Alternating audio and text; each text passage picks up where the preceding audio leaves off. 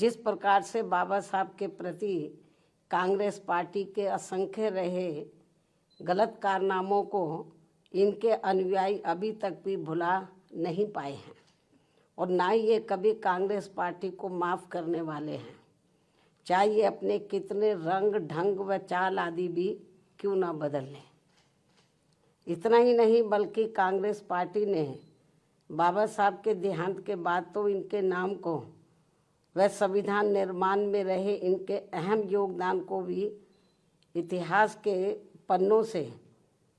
मिटाने की भी पूरी कोशिश की है। हालांकि अपने इस मकसद में ये पार्टी अब तक जरूर कामयाब हो जाती, ये कांग्रेस पार्टी अब तक जरूर कामयाब हो जाती यदि बाबा साहब डॉक्टर भीमराव अंबेडकर के देहांत के बाद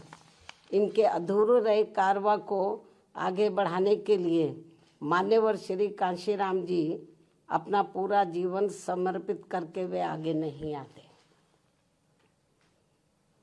जिसको मंजिल तक पहुंचाने के लिए मुझे भी अपनी पूरी जिंदगी समर्पित करनी पड़ी है। इसके साथ ही मान्यवर श्री कांशीराम जी ने बाबा साहब के संघर्ष व इनके कारवां को ख़त्म करने वाली कांग्रेस पार्टी के सभी साम दाम दंड भेद आदि हथकंडों का मुकाबला करके वे उनसे सावधानी बरतते हुए तब फिर बीएसपी का गठन किया है, जिससे अब कांग्रेस, बीजेपी व अन्य सभी जातिवादी एवं संकीर्ण मानसिकता रखने वाली पार्टियां किस्म किस्म के हथकंडे इस्तेमाल करके कमज़ोर करने में लगी है। जबकि यूपी में 4 बार बीएसपी के नेतृत्व में रही सरकार ने जिस प्रकार से यूपी की राजधानी लखनऊ में व दिल्ली के नज़दीक नोएडा में भी बाबा साहब डॉक्टर भीमराव अंबेडकर के सम्मान में अनेकों भव्य व ऐतिहासिक स्मारक, संग्रहालय व स्थल आदि बनाए हैं,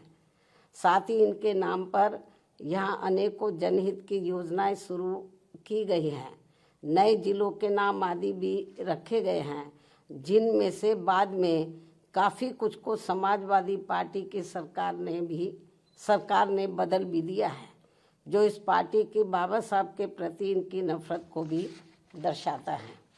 जो अब कांग्रेस के साथ मिलकर इनके सम्मान की हवाई बातें कर रहे हैं।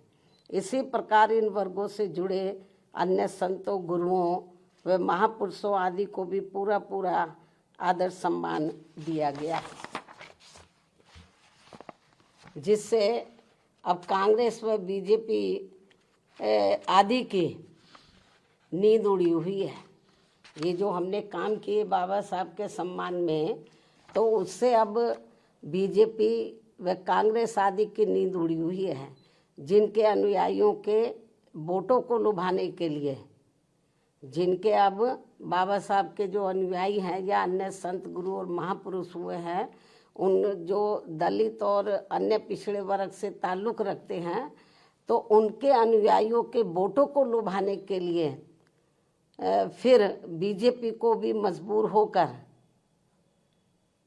वे अपने दिल पर पत्थर रखकर इनके सम्मान में कुछ कदम भी उठाने पड़े हैं। और अब कांग्रेस पार्टी भी बाबा साहब के दलित व अन्य उपेक्षित वर्गों के वोटों को लुभाने के लिए आए दिन किस्म किस्म की सियासत करने में लगी है।